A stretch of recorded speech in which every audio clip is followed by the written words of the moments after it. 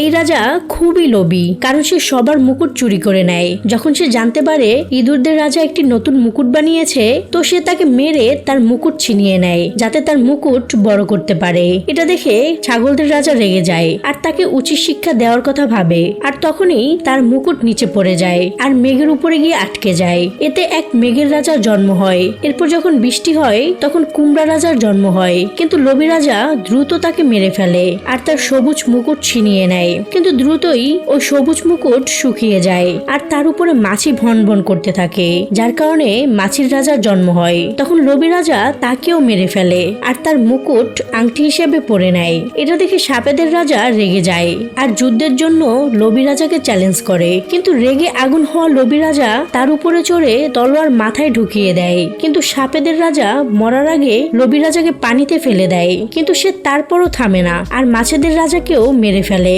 আচ্ছা, আপনি যদি রাজা হতেন তাহলে কি করতেন? কমেন্টে জানাবেন।